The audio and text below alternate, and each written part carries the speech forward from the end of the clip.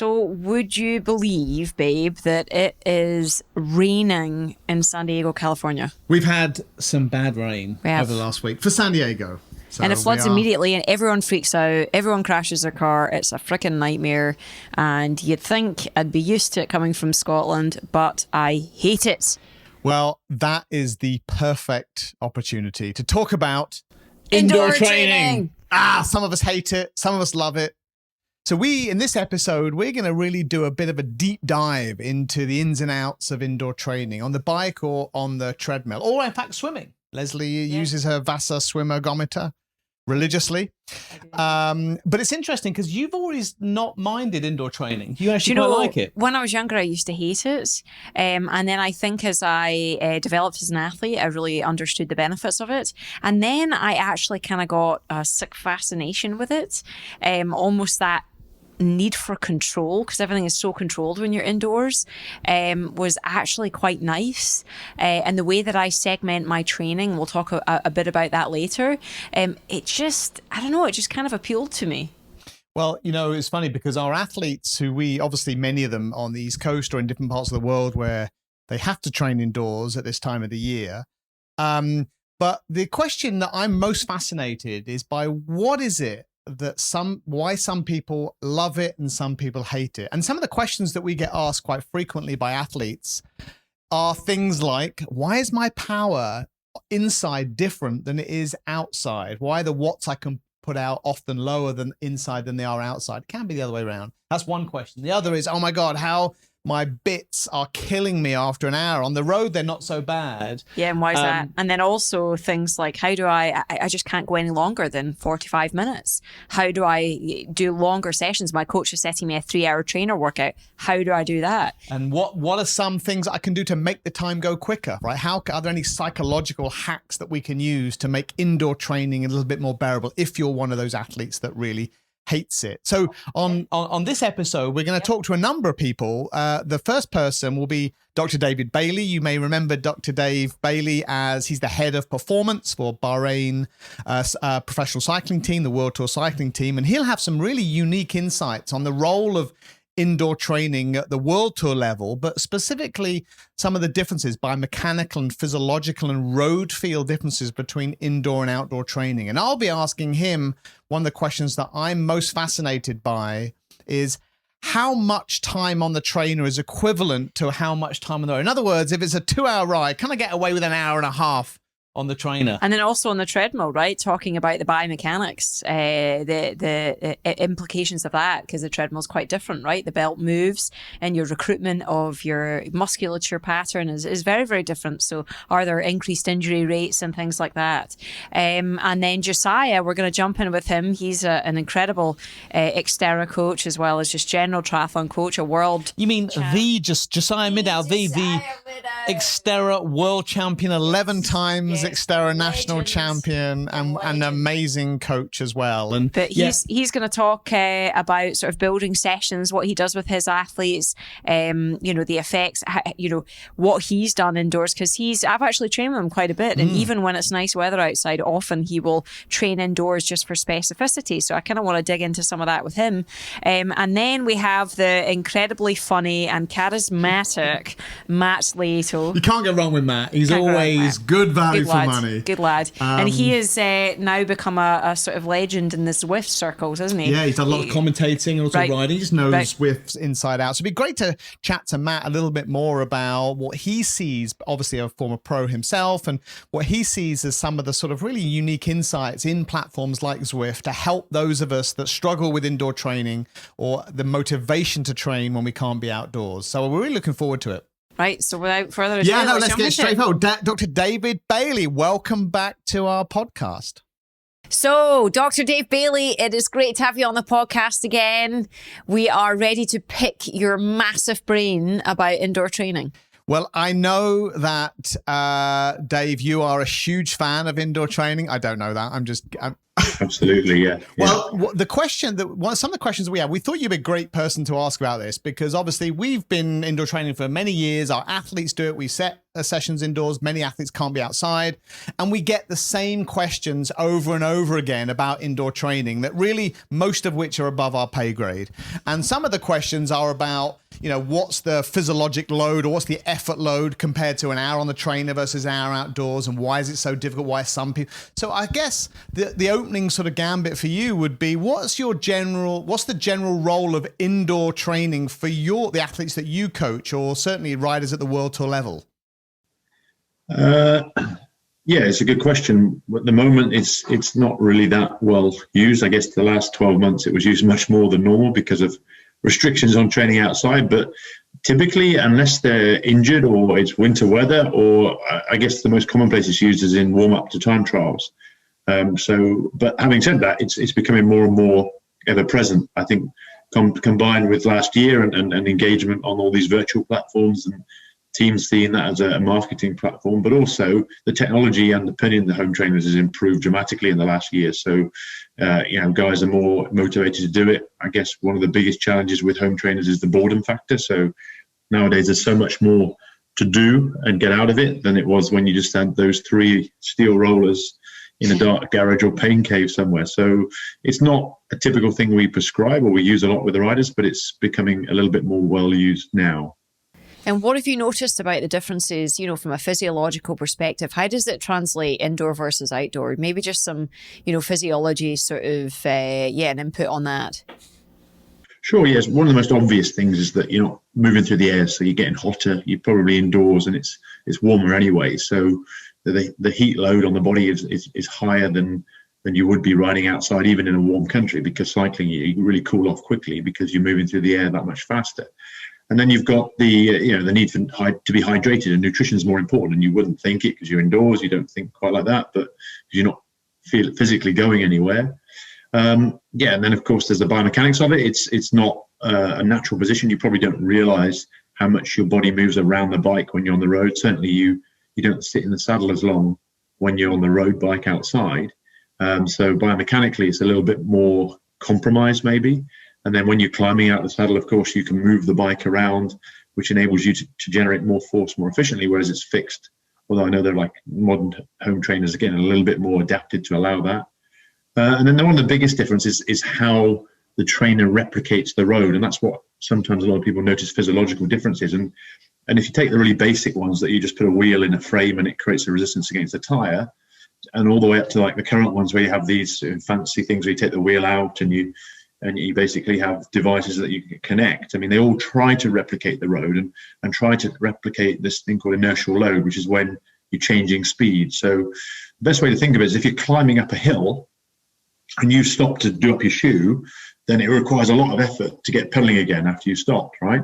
So the inertial load's really high, and that's kind of like what it's on a trainer. But most of the time, you're not climbing on the road. You're going on the flat, you stop at the lights. And then when you start again, you get rolling again. So that's why many people notice that it feels harder on a home trainer, because it's sort of, you're always trying to turn a gear, always trying to get over a gear. Sure. And what about the actual like for like in terms of the load on the body? What is that like, on a trainer versus out on the road? I guess typically trainer sessions are shorter, so it's the load is a bit less. But of course, on a home trainer, you're always pedaling, right? So you don't have that many opportunities to freewheel. So load-wise, on average, the training is lower, but for every given 10-minute block, it's probably a bit harder because you're pedaling and doing more structured work. Also, overall, the load is lower, you said, on an indoor trainer. Well, it's kind of comparable, I think. Based on the simple fact that you only do, an hour to 90 minutes. I know some people do more these days, but the load per given time unit, would probably be higher because of what I described about no that. free pedaling. Right. No free pedaling. Turn the pedals, yeah. So is there any sort of rule of thumb? So an hour on the road is 45 minutes on the trainer, or is it sort of a... You could probably double your time if you wanted to give a ballpark figure. So if you do an hour on the home trainer, that's equivalent to 2 hours on the road. Now, that's a massive estimate, and any scientist gets a bit twitchy if they have to give estimates like that. But if you think about it, if you go out for an hour's ride, you're freewheeling for a large proportion of that. Yes, there are times when you're going hard if you're going up a climb, or you're sprinting, or you're doing interval. But once you get on the home trainer, you're pedaling from start to finish normally. And unless you really soft pedal for an hour, you're basically putting out more energy and more power for a given block of time. Have you noticed any sort of injury issues with athletes doing a lot of indoor training on the bike? Just as you said, it's a very fixed position. Yeah, I think that a lot of people get saddle sores because they're in the saddle so much longer. Also, you get some joint issues or back issues, again, because you're much more static on the bike. I think you kind of realize how static you are compared to being outside. So, the way around that is to, deliberately get out of the saddle every few minutes or move about a bit. But yeah, nothing more than sort of repetitive injuries. Yeah. And how often, so the guys that you work with, how many of them will be using trainers on a regular, like on a weekly basis? Or is it really rare unless they can absolutely not get out on the road? And what's your position as a coach like this? You're always going to say road whenever you can, or you do set sessions that are intended to be on the stationary trainer? Yeah, we do. Yeah. Every rider gets a home trainer from our sponsor. And they use that, more in the winter, like you say, because of the weather. But in a routine sense, they might be doing like a pre-breakfast ride, and it might be a bit more convenient to do it indoors rather than go out on the road. They might be doing a training session at the end of a block on the road, so they may be looking at fatigue resistance. So they go out and do 3-4 hours, come back in and do the intervals on the home trainer, where it can be more prescriptive. Time trialists usually have a little bit more structured training, and it's much easier to do that work in a controlled setting. If you're trying to do efforts and intervals, multiple ones, then of course, if you're outside, then you're at the mercy of traffic and weather and climbs. And whereas if you're indoors, you can perhaps be a bit more specific. But it often comes down to the mindset of the rider or the athlete. Some guys are happy to stare at a wall for an hour or just sit indoors, whereas other guys, they literally, they can't stand it. And our team leader last year famously posted on social media him taking out axe to his home trainer because he was sick of it after 10 weeks of indoor training. Oh, that's funny. That will give our athletes a lot of comfort. I know. But what about platforms like Zwift and what have you? Has that helped your guys at all? Do they utilize any of those tools? Massively. And I think the professional cyclists are a bit late to the party on that. That's something that's sort of catered for people who don't have the flexibility to go out all hours of the day or live in cities or places where it's just not practical.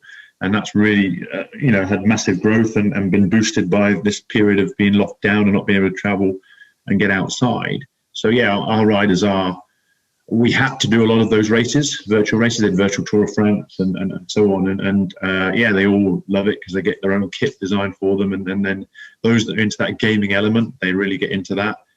So I think again, it's just one of this boredom distraction. I think that's one of the biggest challenges of training on an indoor trainer is that, you're at home, you're not 50K down the road and you've got to ride back. You can get off when you want. So you're always, in conflict to, is this fun? And if things like that help people stay focused, I think people will continue to do more.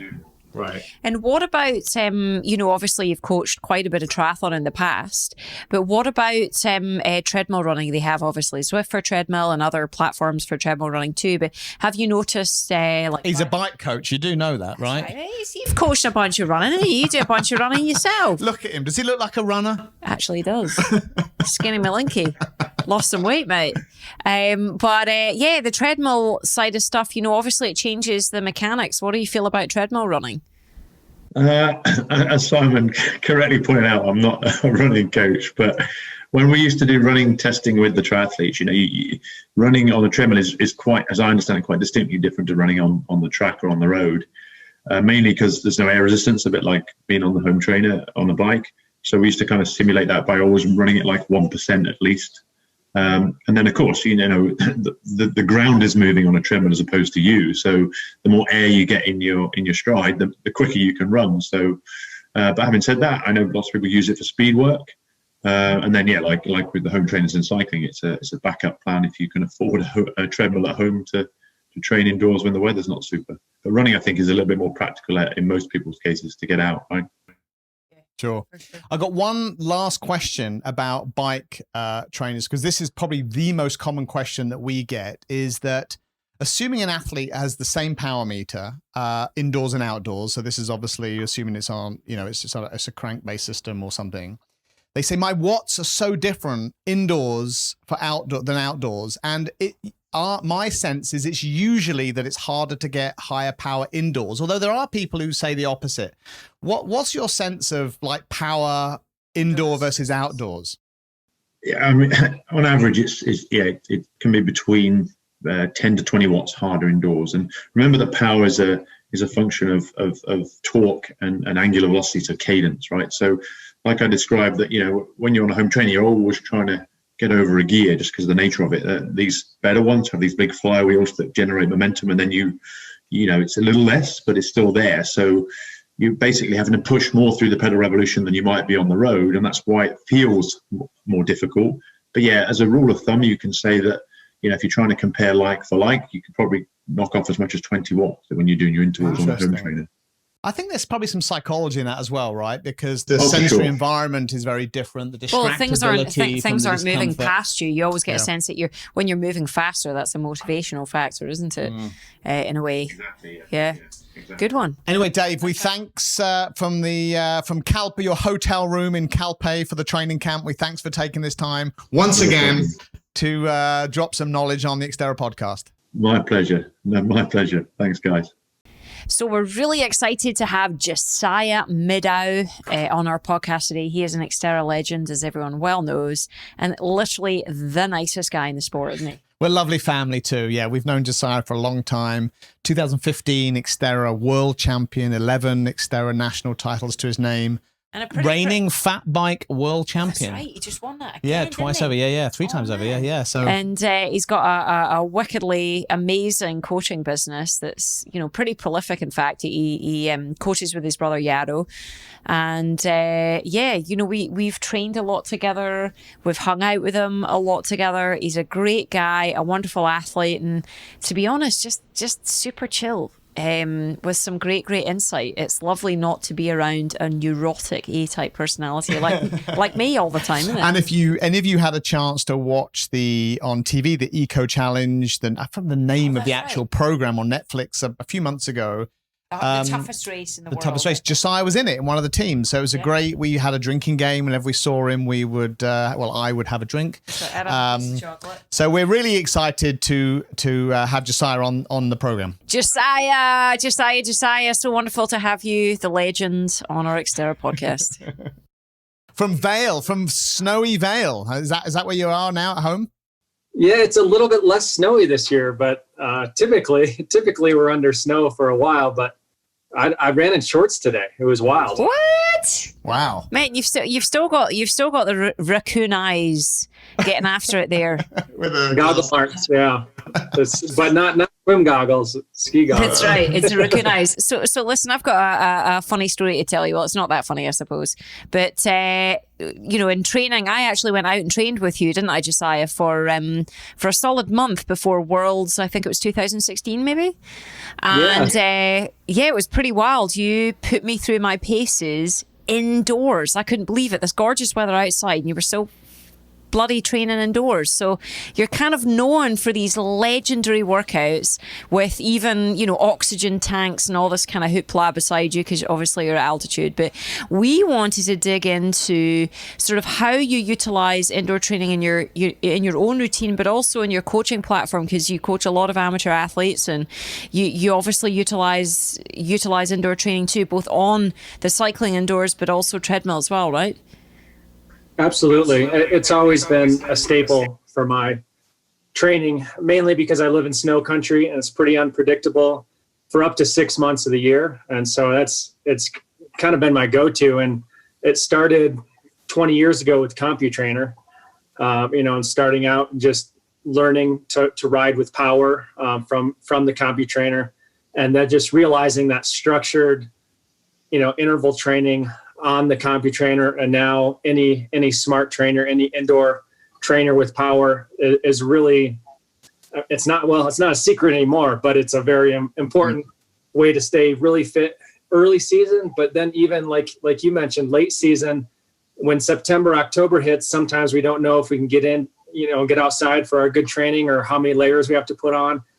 So a lot of times I'll go back indoors during that time. And some years I'll keep an indoor training session on the schedule, one day a week, year round. And it's just a really easy way to control the intensity, not just for interval training, but for, tempo stuff, for threshold stuff, and even just solid endurance training. And a lot of my athletes, and I'm sure yours as well, that, live somewhere where there's lots of stoplights, lots of traffic. It can just be a way to have a really sustained effort at the prescribed intensity.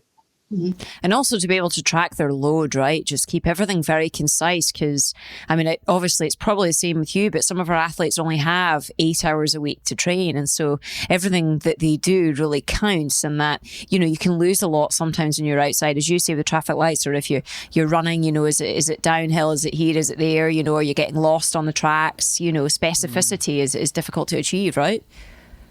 Absolutely. And another thing, with people at higher latitudes, when that winter window is really short, it might only be light for 6 or 8 hours of the day.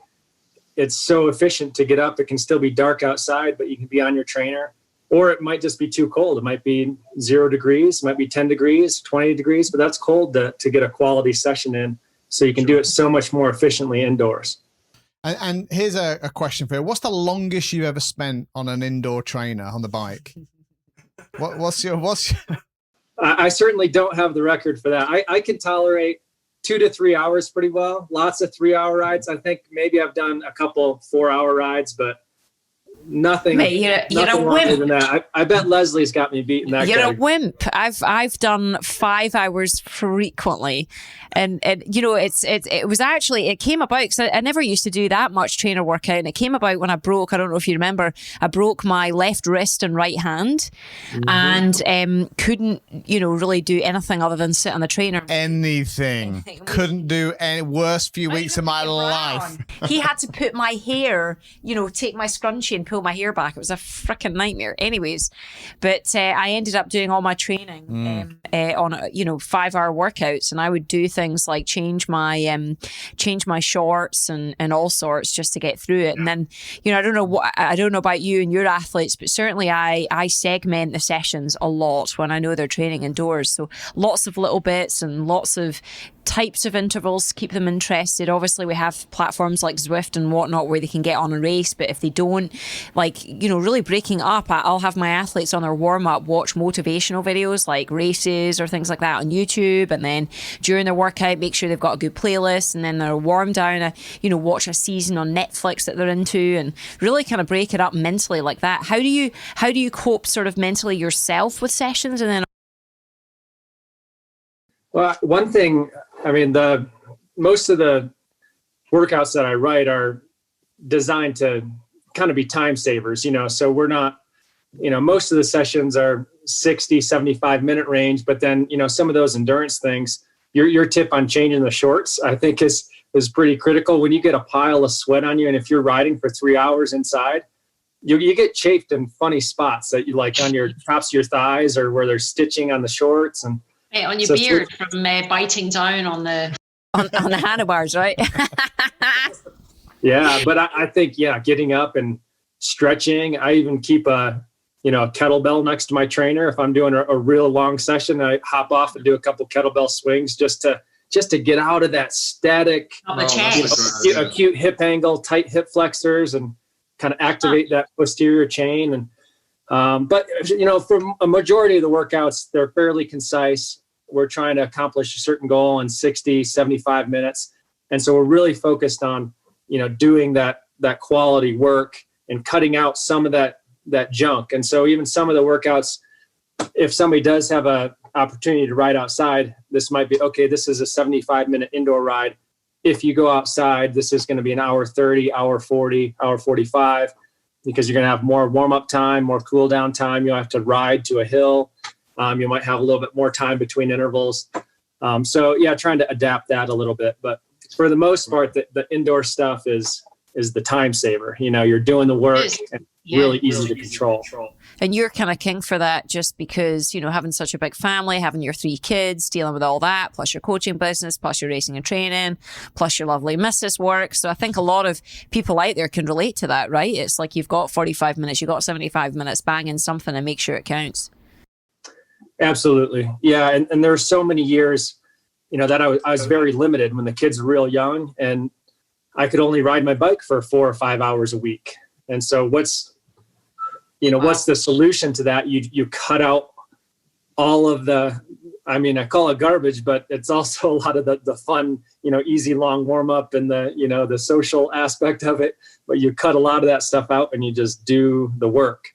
And sometimes that work is not necessarily hard, but you cut out a lot of that, easy zone 1 riding that you get with a really long outdoor ride. You're getting those long bouts of time at a certain target, but then you're getting lots of easy riding around that. Where indoors, you kind of cut out a lot of that, and you get just more consistent, steady pedaling. And so, a 90-minute ride inside, I think, is definitely worth a 2-hour ride outside. Interesting. And I was just going to say, what do you notice? Because obviously you use it in big builds towards races. What do you notice sort of from a mental perspective, and how it, because I think the pain that you feel indoors is often very different than the pain outdoors. Yeah, I agree. I think you're loaded all the time on those legs. And so I think a big thing, I always say that the threshold energy system is king. But the way that body adapts to that, and Simon probably has a lot more insight than I do, but a lot of it is mental. You might not see a huge difference in a physiological test, a 20-minute test, or even a 60-minute test.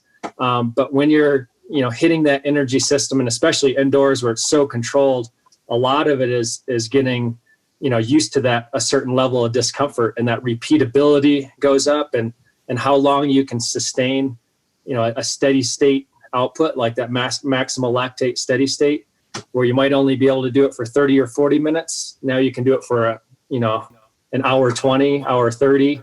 And I don't know how much of that is mental, how much of it's physiological. It's probably a combination of all of those things. So my theory about this, it's not necessarily my theory, but a theory about this is the sort of the sensory environment indoors is very different, right? So if you think of your sort of 5 main senses, certainly in external senses, and then they're quite different. So they're having wind on your skin, just the distractibility from an environment moving past you is often enough to buffer sensations of discomfort, or your perception of your sort of perceived exertion might be different because you've got a far more sensory busy environment outdoors. And then and different smells and all that. So when you're indoors, there's a lot less to distract you by. And so we know, obviously, as exercise intensity goes up, it's harder and harder to think about other things. Your attention narrows in on the discomfort.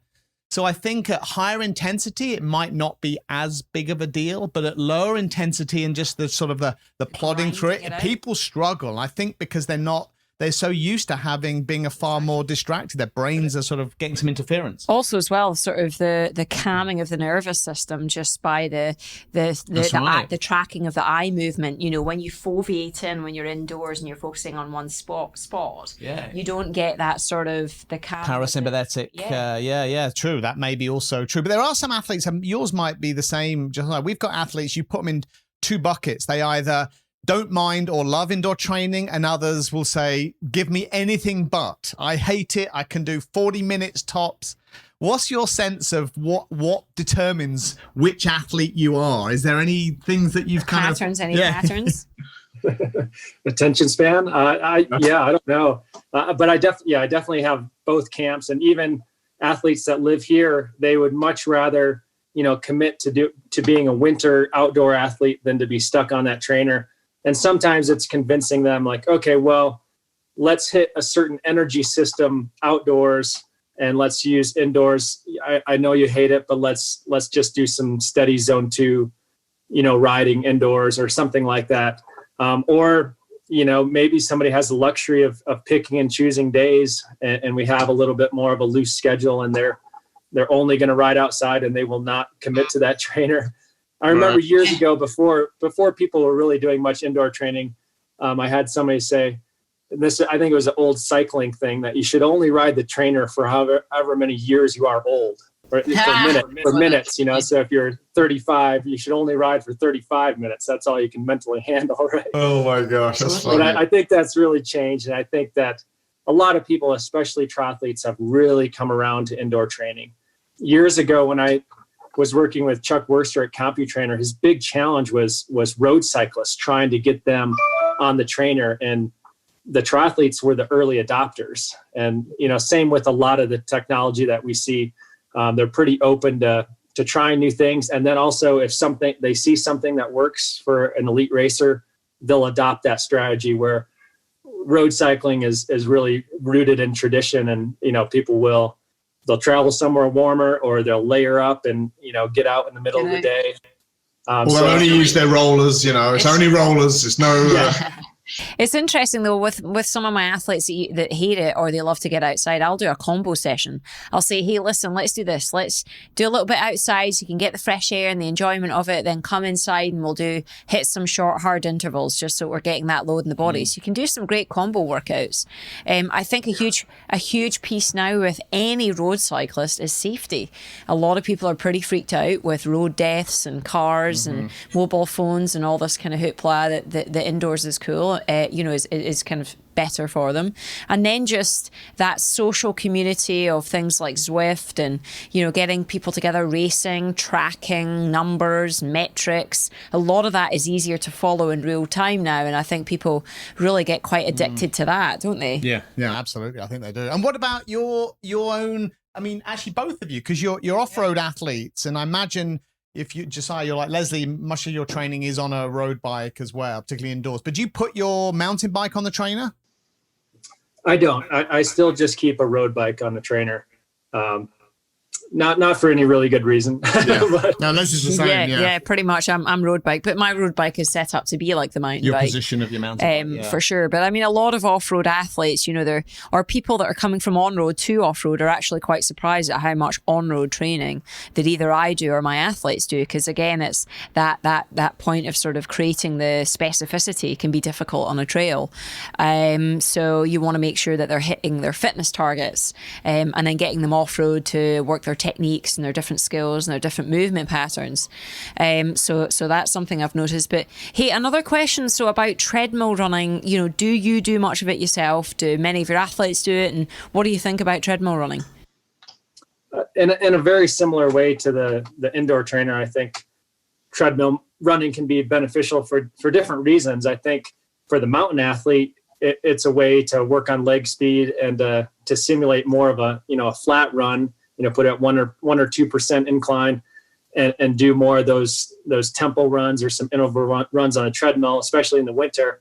But the opposite is true for the person from Florida, training for the XTERRA National Championship or World Championship, and you're going to be going uphill. And so using that treadmill, might be 10% incline and, 5 miles an hour or whatever it is, and trying to simulate the hills with the treadmill. So it's an opposite application for different athletes, but I think it's equally important.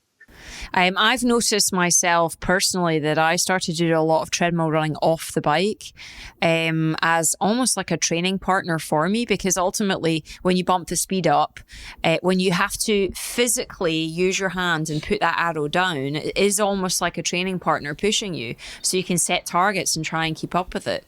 A little bit like the CompuTrainer. So I definitely found that beneficial running off the bike. But one of the big things that I think I have had to be careful with is just all the tightness, as you say, in the hip flexors and the quads, sort of compressing the lower back and causing things like high hamstring issues, and especially using, the treadmill, which changes your biomechanics and how you utilize that posterior chain. Have you noticed anything like that with your athletes or with yourself? Yeah, I do think when you get tired on the treadmill, you start to change your mechanics a little bit, where you drop your foot down and you let that tread yank your foot. And sometimes even to the point, I know if I'm doing like some mile repeats on the treadmill and it's maybe just a hair faster than what I really should be at, I'll start to almost get some hot spots in the bottoms of my feet because I'm getting lazy, and that tread is coming and I'm just setting the foot down. It's getting yanked back. And so I tell people when I'm coaching them, especially one-on-one on a treadmill, if I'm doing like a gait analysis or something, I'll say, imagine, we talk about cadence and that's really important, but imagine that you're trying to go just a fraction faster than the belt speed of the treadmill.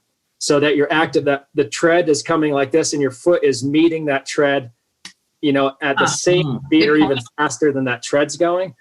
So what happens when that belt is moving fast and you're just setting that foot down, it's yanking your foot. So you're getting that big impact in the heel, but you're also firing those hip flexors because it's hitting that foot in those. Great. And I think that the main reason that the hip flexors get so tight on the treadmill is because of the mechanics on the treadmill. You're not actively, pushing the tread. You're getting yanked by that tread. And every time it yanks, those hip flexors are just getting a little spike in activity. It's inhibiting your glutes and you're just getting tighter and tighter. Yeah, that's where I actually have had a lot of hamstring issues, a lot of high hamstring issues. Because if the quads and hips are tight, pulls the pelvis forward, overstretches the hamstring. If you can't get the glutes to engage, the same happens. So all of those things point towards that. So yeah, you just got to be kind of careful with, how much and the load, because especially if you're doing more indoor training, which is higher intensity, there's a higher propensity to be injured if any of your mechanics are slightly off or you're a little bit fatigued. Yeah, and also putting some incline on the treadmill.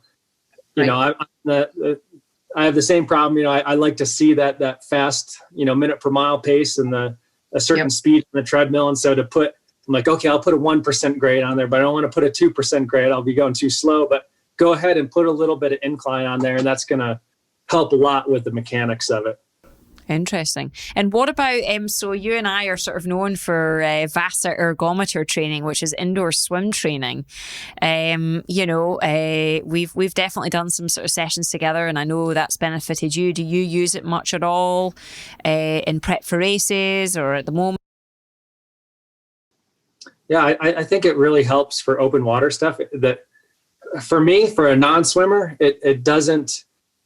And I say now, I've been swimming for 20 some years, right? But so I probably can't really say that. But for the adult onset swimmer, it doesn't replace the pool. Like, you have to get in the pool for body position, for feel for the water. But it does give you that little boost that I think is really helpful for open water. Mm-hmm. And if you're trying to adopt a little bit higher stroke rate, a little bit higher turnover, that's going to really help you, in choppy open water, then I think it helps me, especially getting ready for a race like Maui, where I know the only solution for me for damage control from that front pack is to swim with a really high stroke rate. I think that Vast Argometer is really helpful for that. Just the conditioning part of it and the form for the high elbow catch. No, that's the same with me. It was actually pretty revolutionary for me specifically. I think because I'm a smaller athlete and my limiting factor has been less about aerobic capacity and more about strength and musculature. It allowed me to develop power that when applied in the water allowed me to feel and grab the water better. So I would any of you guys that aren't familiar with the Vast Argometer, it's kind of like a swim bench. You're on your front, you're pulling paddles. It measures wattage. You can do, lots of different sort of levels of intensity or force against it. But you can actually put mirrors below and to the side. And so I do a lot of that to actually get real-time feedback on the position of my arm during the stroke. And while it's not exact, you can really get a great sense of what's going on. Whereas when you're in the water, of course, it's not real-time feedback. You do your length, chances are, unless you're in an endless pool or something like that. And then your coach will say, yeah, but you were dropping your elbow, you were this, you were that. But in real time, you get that in real time, sort of on the Vast Argometer. So for me personally, it's been, a wonderful, wonderful tool. Yeah, I do think if you're going to use it a lot, don't pay attention to the wattage on there or the yards, because you don't want to be dropping the elbow and pulling just too early with the lats. And the tendency, you can cheat that machine and, get a pretty good output, but that's not the goal. You want to swim with, really good form and you're going to have a fast tempo on that trainer, probably no matter what. Yeah, no, for sure. So which of the 3 indoor swim, bike, run would you take with you? You'll have one piece of equipment to help your training. Which one would be most indispensable? Is it the treadmill? Is it a power stationary trainer? Is it a erg bench? For me, if it was about ease of being able to carry the equipment anywhere, if that was not an issue, I actually, I know that leading up to a race, I need 6 weeks of VASA training if I'm going to keep up in the swim. I know that for a fact. Well, not for a fact, but you know what I'm saying. Yeah. Whereas I can get away with the sort of the running and the biking outside. What about you? Well, the indoor trainer for the bike is indispensable for me as far as just what it's brought to my cycling, and I use that way more than I use treadmill or I use Vast Argometer. So for me, probably the indoor trainer for sure. Have you been hitting up Zwift at all, or do you like to sort of do any of the simulated races? Not that I haven't gotten into the races. I really prefer to do almost all of my workouts on Zwift in that ergometer mode. So for the most part, I'm actually just building my own workouts, with percentages of FTP and just riding on the Zwift platform, but I'm really not paying attention to anybody else. You can always give yourself a pseudonym so you haven't got a huge target on your back from the moment the gun goes off, right? And is it They're quite probably wondering why I'm just, stuck at watts per kilogram all the time.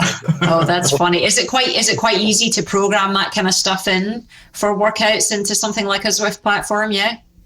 Yeah, very easy. I mean, you can do it right on the app that you're riding on, whatever device you're using, a laptop or anything. You can write a workout. I mean, you can write a pretty basic workout in, a couple minutes just for yourself. Or you can also, you can write it on Training Peaks and it shows up right on the Zwift app, and it'll be right there. And same with your athletes, all those structured workouts that are based on percentages of FTP can load right into Zwift. And it usually, if it's linked, it shows right up on that home screen, right under training.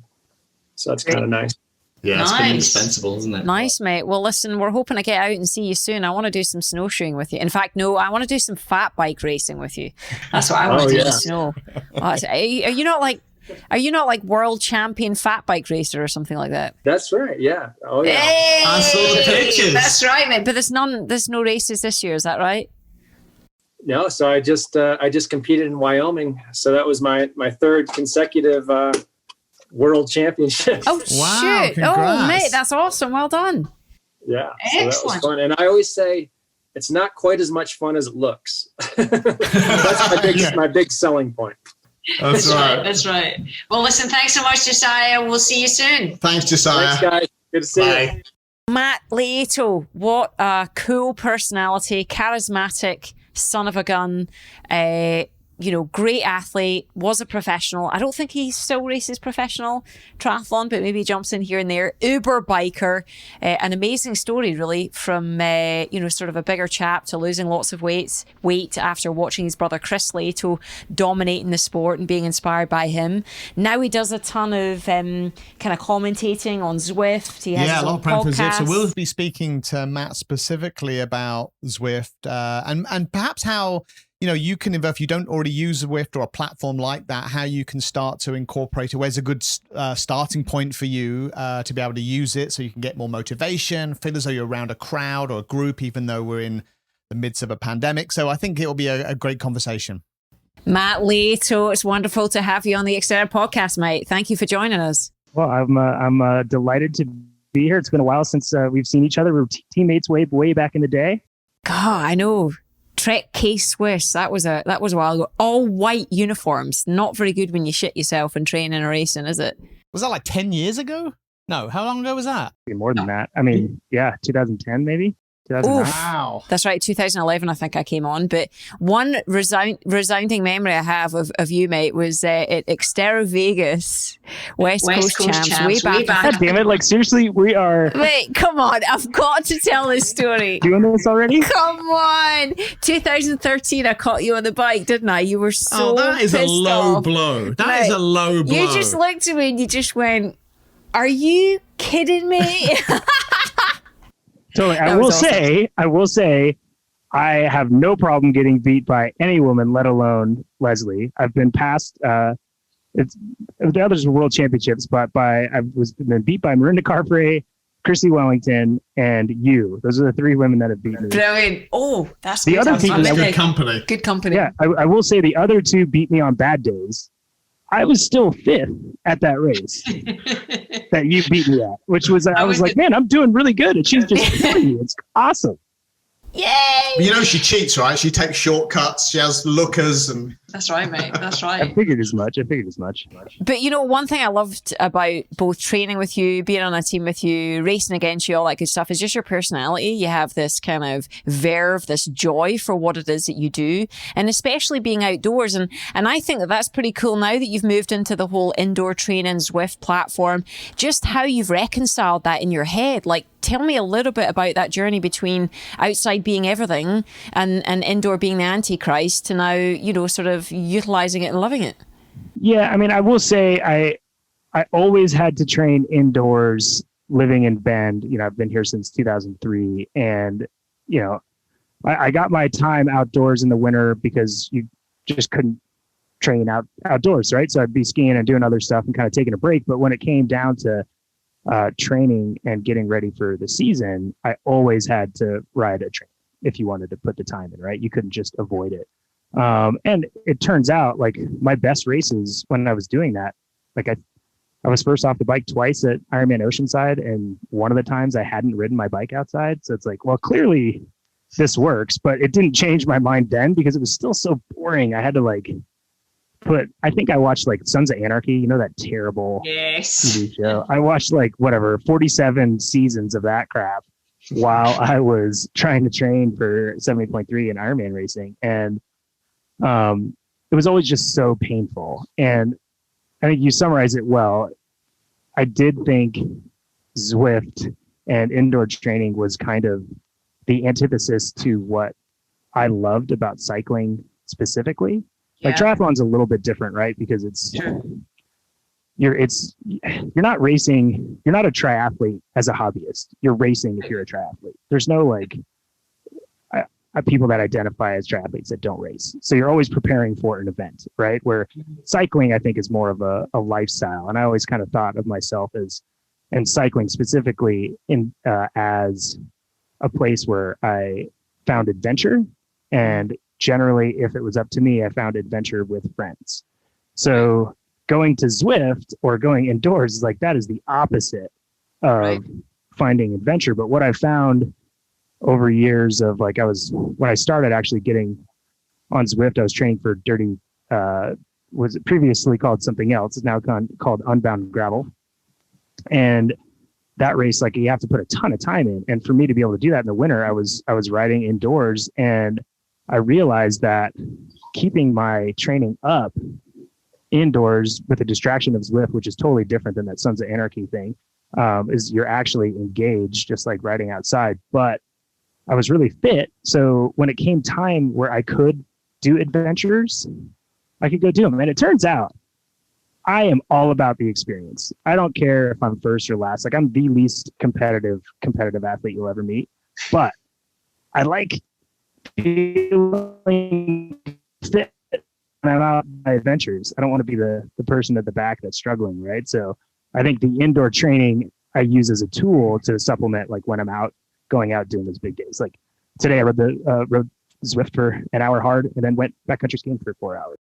Oh, brilliant. Oh. So it's like a combo workout, right? Yeah, you get your aerobic. I get my aerobic fitness going out on long touring and come in and do specific stuff indoors. And so you've been with Zwift now for a few years, right? And what specifically do you do for Zwift? Nobody knows. Awesome. That's perfect. We'll not tell them, we promise. Yeah, I mean, I ask myself what I do for them all the time. I'm sure they're asking themselves the same thing. No, I do a podcast for Zwift called the Zwift Power Up Tribe Podcast, where me and Sarah True now are working on that together, and that's been a delight being able to do that with her. And I started on with them. I actually wrote a periodized gravel training plan for Zwift that's up on the website, but do some other stuff with them. And when racing happens, I'm doing stuff live on the ground with them as well. That's right, mate. I've heard you commentating, coming up with all sorts of nonsense to keep everyone excited and intrigued. Yeah, you have a similar. I tell people the only God-given gift I got was the gift of bullshit, and I feel. What you say? I feel like you are similarly gifted. Correct. Right. That would be correct. What's those two skills? If you can think on your feet and talk out your ass, if you do them together, you're made. You can get through any profession, right? Those two skills. Oh, I tell you. Hey, but one thing that's wild about Zwift, and I've not used it that much as of yet, so I want you to convince me why I should give it a go. Like, what do you like about it? What do your athletes get out of it? You know, tell me about why. Well, it's it's efficiency of time, right? So I think the primary reason most people do it is, and why I love using it. Like I said, rode an hour this morning instead of trying to ride 4. I rode an hour intense and then went out and went skiing, and I feel a similar effect. So I kind of supplement the long aerobic work when it's not riding, whether outside for my athletes and myself, with other things. But I think, you know, if you live in a climate like me, or anywhere for that matter, if you live in a busy place, like, you know how I don't know how your head is getting ready for a ride, but for me, I'm doing this in my freaking laundry pile for 20 minutes before I find all the stuff I need to go out for a bike ride. And with Zwift, I can wake up, have a cup of coffee, have all my stuff ready, and just be riding my bike. And if I need to ride my bike for an hour, it takes me an hour and 3 minutes to ride my bike, right? So it's very efficient. As far as physiologically, you're working all the time you're on the bike, right? And generally it tends to lend itself to people having a little bit more intensity involved in their riding.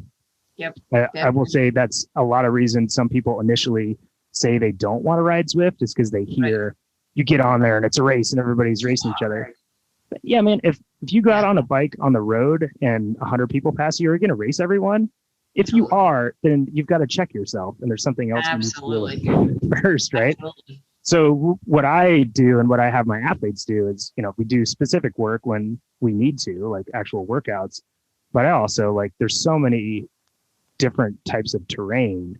Like, I schedule my athletes, like, we can't do long base rides in Bend right now. It's not that fun. So be like, you know what, ride 2.5 hours and ride this route. And I just do big climbs. Like, I'll do Alp to Zwift, and it's like 3,600 feet of climbing.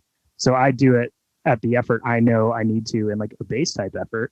And by the time I'm ready to get outside and you know, do more specific training outside, I'm a lot better prepared for it. But I think what's most interesting is the social component of Zwift. I mean, we have plenty of friends that, you know, I mean, they're in great climates, they're in Southern California, but they are addicted.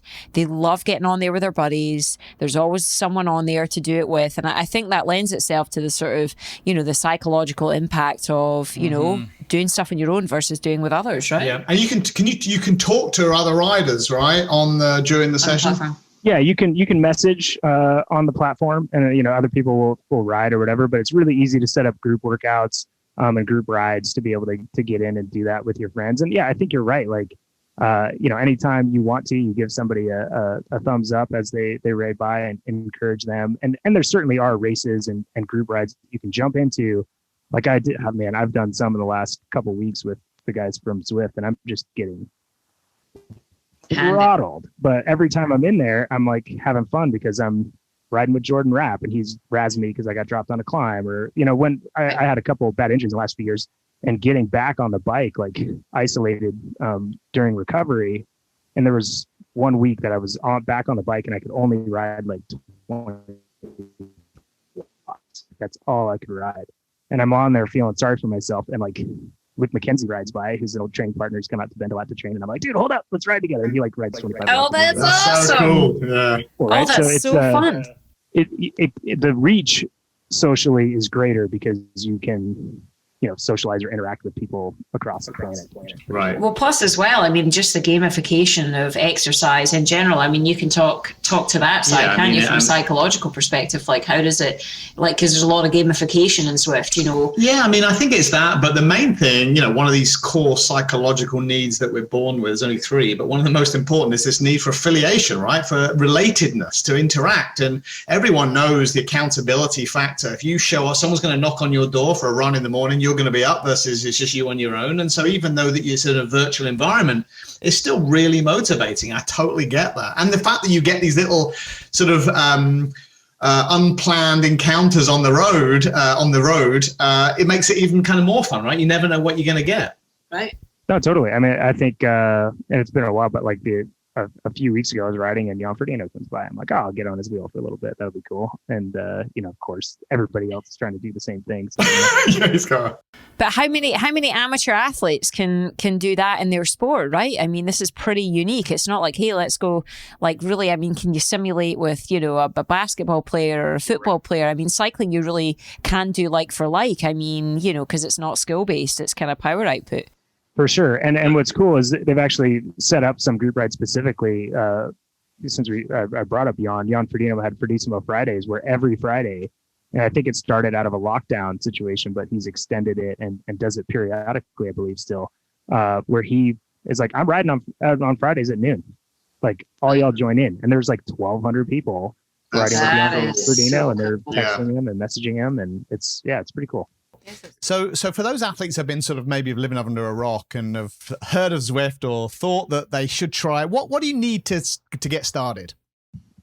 To get started on Zwift, you need a bike, a trainer, and Wi-Fi connection and computer, right? And some old systems, maybe you need ANT dongle, but generally it's like Bluetooth. But most people with what they have in, like I've got a little iPad. All I do is set up my Bluetooth iPad to match to my trainer, and I'm good to go. I'm ready. And you need a power-based trainer, or?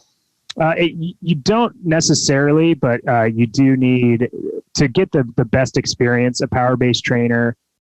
Or even a power meter, right? Just a power, like I don't have a power-based trainer, but I just use my, you can sync my power meter on my bike with the... Power meter works great. And the one thing that the trainer will do is that, like I said, if I'm going to ride the Alpe Zwift, I'm riding up this thing and my trainer is acting as if I'm riding up a hill, right? So like that's where you're getting like kind of the A+ experience. But yeah, certainly just having a power meter, you can go out there and on the course you'll be at a speed that's in sync with the power that you're putting out. So it's pretty cool. And then there's a lot of cool little game pieces, whether it's sort of leveling up or getting different, courses, what not just the courses, but you get little trinkets and bits and pieces that you can utilize, right? No, totally. And it's funny, like Jordan Rapp, is who I did the podcast with for a couple of years. He's now left Zwift and he works for a video game company as a game designer, right? Like, oh wow, that's cool. So he's full geek. Like that's his deal. He's like, you get experience points for riding on Zwift, and you get more for accomplishing different goals and that sort of thing. And he's like, gamed the system and like was the quickest person to ever get to this many levels. But yeah, there's and so we also do a Z Pro Tri race series that starts first week of February, where we have I think it's going to be about 15 men and 15 women racing pro athletes. Like I want to say we'll have like 5 to 7 Olympic gold medalists. Like it's like the best athletes on the planet. And we're doing a race series where me and Sarah are going to be calling these people competing on this time. It's going to be a bike run and then a bike, like really short, like 20-minute segments. Oh, wow. And as they go through, as you were alluding to, it's kind of like, I don't know, you guys are around the same age. You probably didn't play as many video games as I did as a kid, but Mario Kart, they have these little symbols that come up. That's called a power up. And we give them to the athletes when they go under a banner. And generally they'll get different ones. Sometimes they'll get the same one, but they'll get like a feather. And that feather, if they're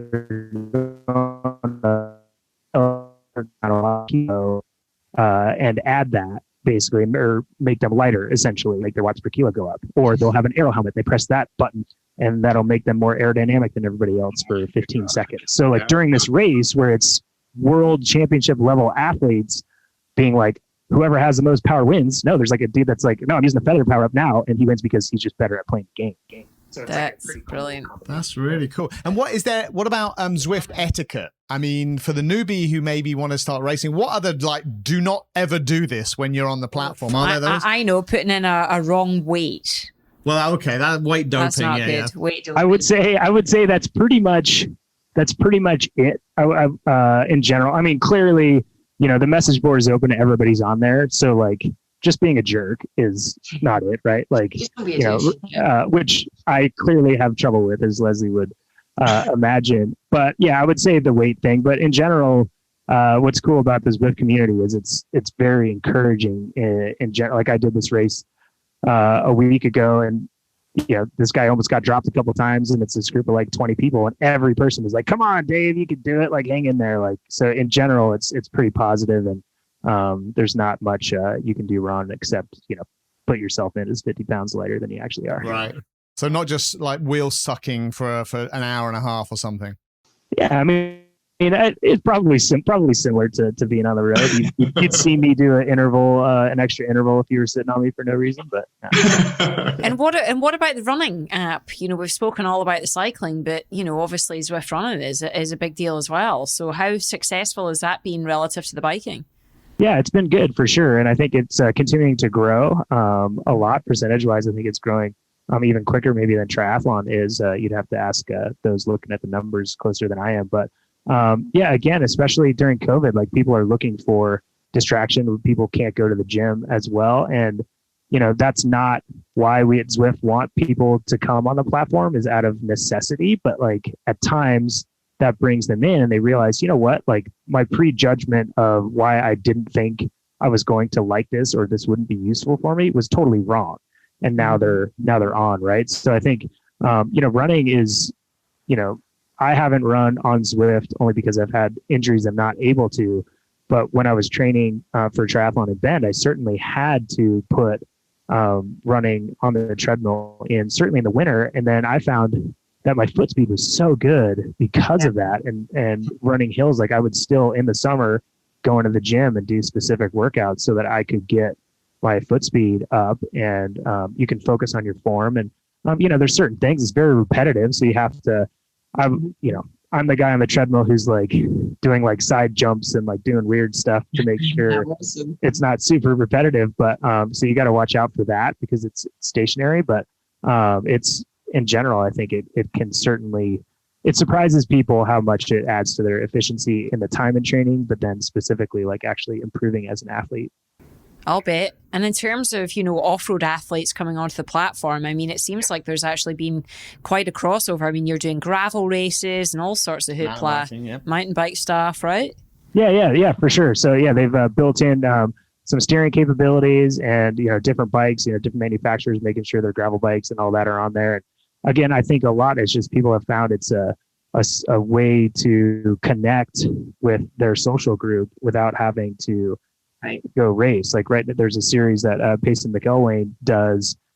He's a gravel racer and a mountain biker, and I can jump on there and ride with him and a bunch of other people. And normally I see him 2 or 3 times a year in racing, and now it's like, I could do it. I could see him every other Wednesday if I wanted to, right? So I think people feel more connected to the people they hold up in the sport, and just another way to get out there and train. And, you're always kind of feel like an outsider if what you're looking at doesn't represent or look like you. So in general, like, to be honest, like mountain biking on Zwift isn't really any different for the most part than road riding on Zwift, except you're on a mountain bike. So you're like, you feel more connected, right? So it's, I think it's all part of the puzzle. And in the end, it's entertainment and it makes time go by quicker. And yeah, it's sweet. Okay. So the last question I have for you is, when is your next Zwift session so I can get on and kick your ever-loving ass? No, I'm just kidding. Times have changed. I think you would kick my ass. He's World Tour Zwift now. This guy. Yes, you would pummel me up and down. So what do they say? What do they say about sunshine every once in a while? Is that what they say? Something about that? In perfect time, I say a joke and the beat freezes. Great, that's awesome. That's awesome. Exactly. Trying to make fun of you for beating me in the XTERRA. You brought it up in the first 30 seconds. That's right. Well, I like to be made fun of. I'm a Scots lassie. We get made fun of all the time. But listen, mate, thank you so much. That was so cool really to hear about it, and we're gonna get into this platform a little bit more and have some fun with it. So let's be high-fiving each other when we're out there, eh? Yeah, for sure. I appreciate it, and always good catching up. And we're stoked to have XTERRA on, and it'll be a fun partnership for sure. Brilliant. Thanks, mate. Thanks, Matt. Bye. See you guys.